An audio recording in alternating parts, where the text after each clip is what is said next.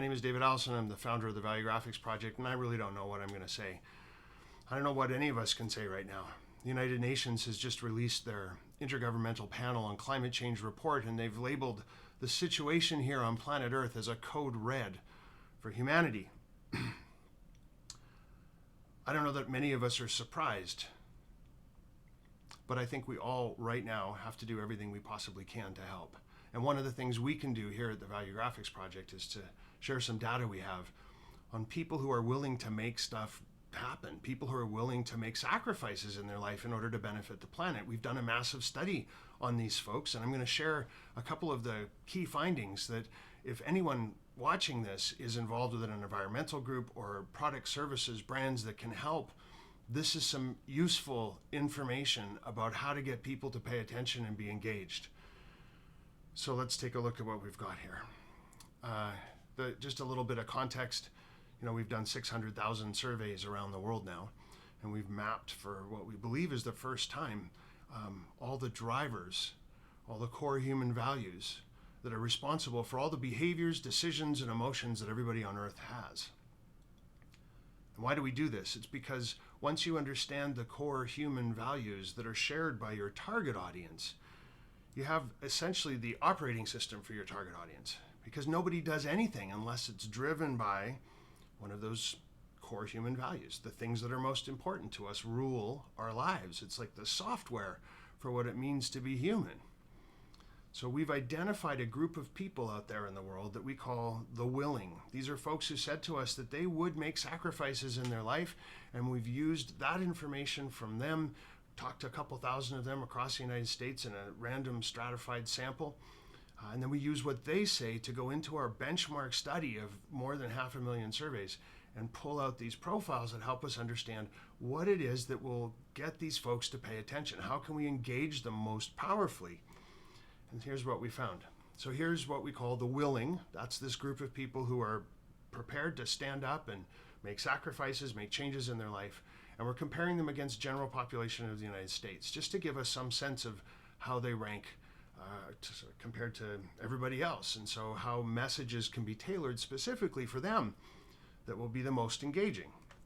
There's a few things I want to point out. The first one is this, that belonging and family are universally, or at least across the United States of America, they're universally motivating values. Anything we can do to connect this issue and the things that must be done back to how it makes us all one big happy family moving in the right direction, that we're all in this together, that everyone else is doing this already and you need to belong to the group of people who are going to carry on doing this. That will resonate very well, not just with the willing, but with Gen Pop in general. But it's the next two values that I think are really worth some extra time thinking about. One is personal responsibility. Look at how much more important it is, that delta there for personal responsibility between the general population and this audience of people who are willing to make stuff happen and make sacrifices in their life. Personal responsibility is valued by people who want to be the ones who get stuff done. They are, of course, interested because of belonging, because of family, in a larger story about how large groups of people can go out and make an impact here. But more importantly, they want to know what they can do today to reduce their carbon footprint. How can I recycle better? How can I live better? How can I shop better? How can my steps be translated back into metrics that are about me? It's great to know that if we all reduced our reliance on carbon-fueled automobiles, that we'd see an X%. I'm struggling here because I don't have these stats at my fingertips. But what they really want to know is if I don't drive today, how much of a reduction in carbon is that going to be? And how does that translate back to something that I can see in a concrete way? The impact that might have on local plants. Or if I don't take that flight next week that I'm thinking about, how is that going to reduce the amount of ice that gets melted in a polar ice cap by reducing the amount of carbon produced by that airplane? I'm not doing a great job. I didn't rehearse today because I wanted to get this message out there as quickly as possible. So the next value that's worth paying attention is positive environments. These are folks who want things to be framed up in a way that has some hope attached to it. It isn't going to help anybody, but particularly those folks who are willing to actually get stuff done. If we present this as a helpless, hopeless situation, what we need to present this as is a situation that can be remedied, that we can start to go in the right direction. If everybody works together as a family, and because everyone else is already doing it, you got to belong here. And because your individual actions, personal responsibility, are going to have an impact, we can get to a better place in a better way.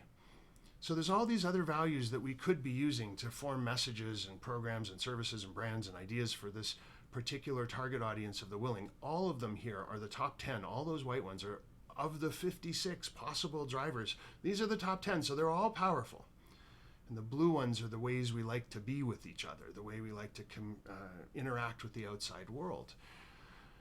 But those 4 in particular I thought were really interesting. So if we just focus on those, if that's the only thing you take away from this quick little video, this is a crash course in what we call values thinking.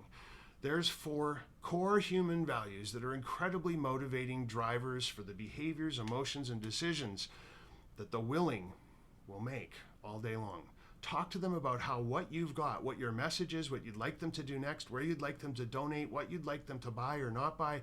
Talk to them about that as it relates to what they want. Find the places that those overlap. How is what you would like them to know about, what you would like them to do next related to belonging, family, personal responsibility, and positive environments? If you can do that, you'll be a lot further ahead than relying on ridiculous notions from olden days about what boomers want and what men are like, and generational stereotypes, demographic stereotypes in general are broken. They don't work anymore. It's time for us to think about people based on their valuegraphic profiles, not their demographic profiles, because after all, our values drive everything we do. That's the core information we need if we're going to get the willing to do what we'd like them to do, and we're going to get the rest of the population to do what we'd like them to do. We can change the world if we start by changing the way we look at the world. So I hope that helped, perhaps more than any other little video I've ever made. This one's rough and ready, but I really do hope that someone out there finds this useful. Thanks for listening.